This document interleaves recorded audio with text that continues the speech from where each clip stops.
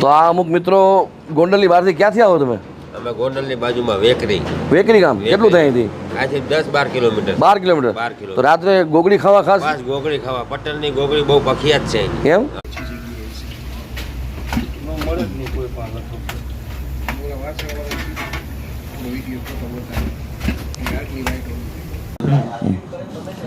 તો આ શું આપણે હિંગ છાંટી રહ્યા છીએ. ગોગડીની એક ખાસિયત છે, એક લીંબુ અને હિંગ, આ બે વસ્તુની ફ્લેવર એમાં એડ થવી જોઈએ તો એનો જે ટેસ્ટ છે ને એની મેળે એનહેન્સ થાય. અહીંયા આ વિડીયો બનાવવાની પાછળનું એક પાછું કારણ એ ગજબ છે. અહીંયા આવ્યા પછી અમે ઓલરેડી લેટ પડ્યા હતા. અમે મોવિયા ગામથી ફોન કરી દીધો હતો રાત્રે 12 વાગે અમે આવીએ છીએ, પણ અનફોર્ચ્યુનેટલી આપણે અહીંયા પહોંચતા હોય 2 વાગી ગયા. એટલે અહીંના બધા કસ્ટમર્સ તો સ્વાભાવિક વાત છે, જતા 2 વાગે એમનો બંધ કરવાનો ટાઈમ હતો, પણ અમારા માટે એમને સ્પેશિયલ ઘણો ઉતાર્યો. અમે વિડીયો બનાવવાનું ટાળ્યું હતું, પણ છતાંય આ ગોગડી ટેસ્ટ કર્યા પછી એમ થયું કે અત્યારના વિડીયો બનાવી લઈએ. તમે ભલે હિંગ એડ કરી, પણ હું એવું માનું છું કે હિંગ વગર એમને બેઝિક ટેસ્ટ એનો અફલાતૂન છે. 100 ગ્રામ ખાવા 300 ખાઈ જાય. 500 ગ્રામ ખવાય. હા, 100 ગ્રામ ખાવાળા આવે એટલે 300-400 ખાય. વાહ વાહ.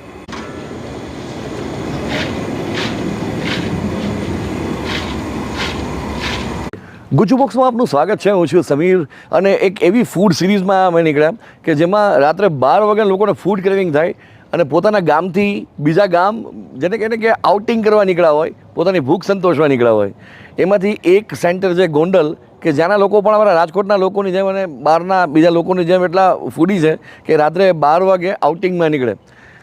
એટલે એ આ ગોંડલની આસપાસના ગામોની પણ એક સિરીઝ બનાવી. મીનવાઇલ મને ગોગડી ખાવાની ઈચ્છા થઈ હતી, ત્યારે મારા મિત્ર ચેતનભાઈ કીધું કે આજે આપણે પટેલ ગોગડીમાં જઈએ. અહીંયા આવ્યા પછી ગોગડી ટેસ્ટ કર્યા પછી હું આ ઇન્ટ્રો શૂટ કરી રહ્યો છું. અને અત્યાર સુધીમાં ગોગડી મેં જે જગ્યાએ ખાધા છે દરેકના પોતપોતાના બેસ્ટ હોય, પોતાની રીતે સારા બનાવતા હોય, પણ અહીંના ગોગડી ભજીયાની એક ગજબની ખાસિયત હતી, એની જે ક્રિસ્પીનેસ હતી, એને કારણે મને એમ થયું કે આ વિડીયો તમારી સાથે હું શેર કરું.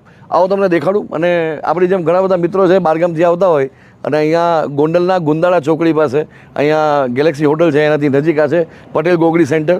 રાત્રે 2-2:15 વાગ્યા સુધી તમને અહીંયા ક્રાઉડ આવું જોવા મળે. અહીંયા એમ કહો તો પણ ચાલે કે રાત્રે 9 વાગે સૂરજ ઉગે છે, જે 2 વાગ્યા સુધી સતત રહે છે. અને ફૂડી લોકો માટેની આ જેને કહે ને કે એક એવી જગ્યા છે કે જે નાઇટ આઉટ લોકો કરવા માટે નીકળતા હોય, એમાંથી એક છે આ ગોંડલના ગુંદાળા ચોકડી પાસેની જગ્યા. Let's check it out. So friends, આજે આપણે આવ્યા છીએ ને એ જગ્યાએ રાત્રે અત્યારના ઓલમોસ્ટ વાગ્યા છે 2 વાગી ગયા. 2 વાગી ગયા. અને હિતેશભાઈ જે અમારી રાહ જોઈને બેઠા હતા અને એના કસ્ટમર્સ જે છે એ બધા ઓલરેડી 1 વાગ્યા સુધીમાં કામ પતી ગયું હતું. પણ જુઓ તમે હજી એમનું આ તેલ અને બની રહી છે તેના ગોગડી ભજીયા.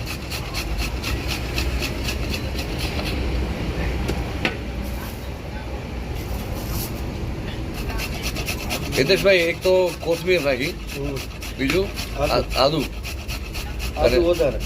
કોથમીર અને મરચા. વાહ. તમને આ મેકિંગ પ્રોસેસ દેખાડું, પણ મિત્રો રાત્રે વાગ્યા છે 2 અને લેટ અમે થઈ ગયા હતા ખૂબ જ અહીં પહોંચવામાં. અમારા માટે ફરી પાછો એક ઘાણો તેના તૈયાર કરી રહ્યા છે. ટાઈમિંગ શું હોય છે હિતેશભાઈ? સાંજે 5 થી રાતના 2. સાંજે 5 થી રાત્રે 2 વાગ્યા. અને મોટા ભાગે કસ્ટમરનો તમારો ફ્લો કેટલા વાગે હોય? 10:30 થી 12 વાગ્યા. 10:30 થી 12 ની વચ્ચે. અમે અહીંયા 12 વાગે જ પહોંચવાના હતા. એમના ઘણા બધા કસ્ટમર્સ અહીંયા હતા, પણ મીનવાઇલ અમે મોવિયા ગામે બહુ લેટ થઈ ગયા. આને ઉતરી રહી છે ગોગડી.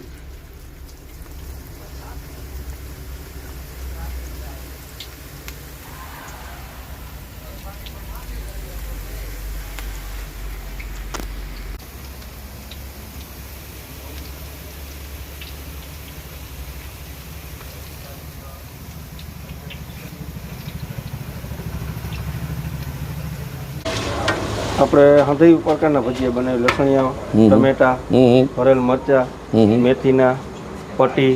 અને સૌથી વધારે કયા ચાલે તમારે? વધારે ગોગડી. અને બીજા નંબરમાં ભરેલ મરચા, ભરેલા મરચા. અને યાદનો ટ્રાફિક હોય તો ભરેલ મરચા, મેથી અને ગોગડી વધારે હાલે. ઓકે, તો અમારા છે ને હવે 150 ગ્રામ ગોગડી. 150 નહીં, પણ તમે 300 ખાઈ જાઓ. હાલે ખાઈ જશું પણ હવે અત્યારના રાત્રે 2 વાગ્યા છે ને હવે કોન્ફિડન્સ નથી રહ્યો ખાવાની ઓલી કેપેસિટી ઉપર 100 ગ્રામ ખાવાના હા 100 ગ્રામ ખાવાના 300 ખાઈ જાય. એમ 500 ગ્રામ ખવાય. હા 100 ગ્રામ ખાવાળા આવે એટલે 300 400 ખાય એમ? વાહ વાહ તો આવવાથી મજા આવે છે. તો આ અમુક મિત્રો ગોંડલની બહારથી ક્યાંથી આવો તમે? અમે ગોંડલની બાજુમાં વેકરી વેકરી ગામ કેટલું થાય અહીંથી? આથી 10-12 કિલોમીટર. 12 કિલોમીટર. 12 કિલોમીટર. તો રાત્રે ગોગડી ખાવા ખાસ બસ ગોગળી ખાવા. પટેલની ગોગળી બહુ પ્રખ્યાત છે અહીંની. એમ? હા ગોગળી બહુ પ્રખ્યાત છે. વાહ વાહ એવું શું લાગે છે એની ગોગડીમાં કે જે તમને બીજે ક્યાંય અને નથી? મજા જ એવી રાખે એકવાર તમે ખાઓ ને અને વારંવાર તમારે ગોગળી ખાવા આવવું જ પડે અહીંયા. એમ? હા આવવું જ પડે. કેટલા વર્ષથી આવો છો અહીંયા? અમે લગભગ વરદી થઈ ગયું. એમ? હા 9-10 મહિના વરદી તો ફાઇનલ થઈ ગયું. તમે તો પણ બધા ફૂડ બ્લોગરના વિડીયો જોતા એવું લાગે છે ચેતનભાઈને ઓળખી ગયા, અમને ઓળખી હા, ગયા, એ તો ઓળખતા હોય ને મોબાઈલમાં જોતા હોય રીલ જોતા હોય તો ન ઓળખી તમે. એટલે ફૂડી છો તમે એમ? ના બસ વાહ વાહ બહુ સરસ. પછી એની બીજી કઈ વાનગી ગોગડી સિવાય? વાહ વાહ ભજીયા છે, ચિપ્સ છે, ગાંઠિયા છે, બધી એક નંબર વાનગી બનાવે. એમ? હા મજા જ એવા રાખે. એકવાર તમે જમો ને મજા જ એવા રાખે તમને. પછી મહિનામાં કેટલી વખત અહીંયા નાઇટ આઉટ કરવા નીકળો? મહિનામાં 2-3 વાર કે 4 વાર નક્કી જ ન હોય. એમ? હા રાતે યાર્ડમાં કઈ માલ બાલ ભરીને આવતા હોય તો અહીંયા ઊભા થઈ જવાનું. એમ? હાઉ. અરે વાહ વાહ. તો આ શું આપણે હિંગ છાંટી રહ્યા છીએ. ગોગડીની એક ખાસિયત છે, એક લીંબુ અને હિંગ, આ 2 વસ્તુની ફ્લેવર એમાં એડ થવી જોઈએ તો એનો જે ટેસ્ટ છે ને એની મેળે એનહેન્સ થાય. પણ એક વસ્તુ તમને કહું, મેં અત્યાર સુધીમાં જેટલી જગ્યાએ ગોગડી ખાધા જ ને એમાં આ બધી વસ્તુઓ નાખી હોય ત્યારે ટેસ્ટ એનહેન્સ કર્યો હોય, પણ આમાં મને ખરેખર કોઈ વસ્તુ એક્સ્ટ્રા એડ કરવાની ઈચ્છા નથી થતી. આનો જે બેઝિક ટેસ્ટ છે ને એ જ અને મેં એમની એક જેને કહે ને કે 2-4 ગોગડી ટેસ્ટ કરી ત્યારે મારું ડિસિઝન ચેન્જ કર્યું. બાકી ચેતનભાઈએ કીધું હતું કે ના સમીરભાઈ તમે ટેસ્ટ કરશો એટલે વિડીયો બનાવી જ લેશો એમ. હિતેશભાઈની અથોરિટી જેવી છે, એમાં કંઈ ઘટે નહીં. તમે ભલે હિંગ એડ કરી પણ હું એવું માનું છું કે હિંગ વગર એમને બેઝિક ટેસ્ટ એનો અફલાતૂન છે. કારણ કે જ્યાં જ્યાં જો ગોગડી એટલે કે કુંભાણિયાનું બીજું નામ છે, કુંભાણિયા અને એ જ ગોગડી છે.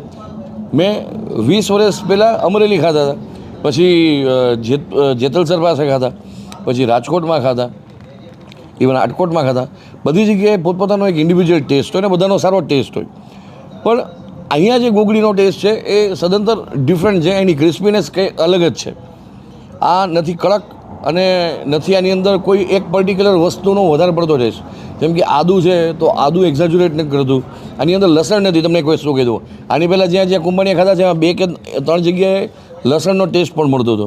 આમાં લસણ નથી, છતાં એનો એક મરચાંનો અને કોથમીરનો પોતાનો એક જેને કહે ને કે ક્રિસ્પીનેસવાળો ટેસ્ટ મળે. કે જે રીતે કડક કર્યા હતા એટલે મરચાંનો ભાગ અને કોથમીરનો ભાગ પણ જેને કહે ને કે પેલો આકરો થઈ ગયો. અને એ પછી જે એની ખારાશ આવે ને એની જે નમકીન ફીલ છે ને એ બહુ સરસ લાગે છે એમાં. કડક પ્લસ વ્હાઇટનેસ તમે એની જો. યસ, બૈડા નથી જાય. હા, નકર આટલા કડક કરવામાં લાલ થઈ જાય. લાલ થઈ જાય.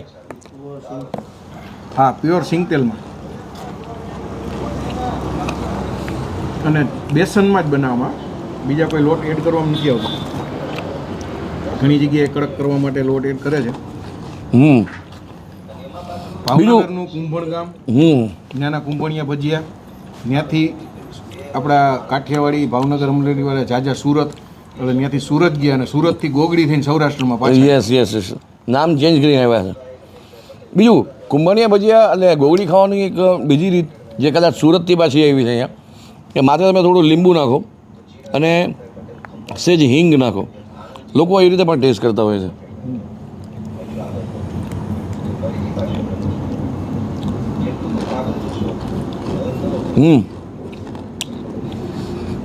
આ ટેસ્ટને તમે થોડો વધારી શકો. પણ પર્સનલી હું તમને કહું ને તો આ ગોગડી ભજીયાના ટેસ્ટને વધારવાની જરૂર જ નથી. આ વિડીયોને એ જ કમ્પ્લીટ કરીએ છીએ. જય જય ગરવી ગુજરાત.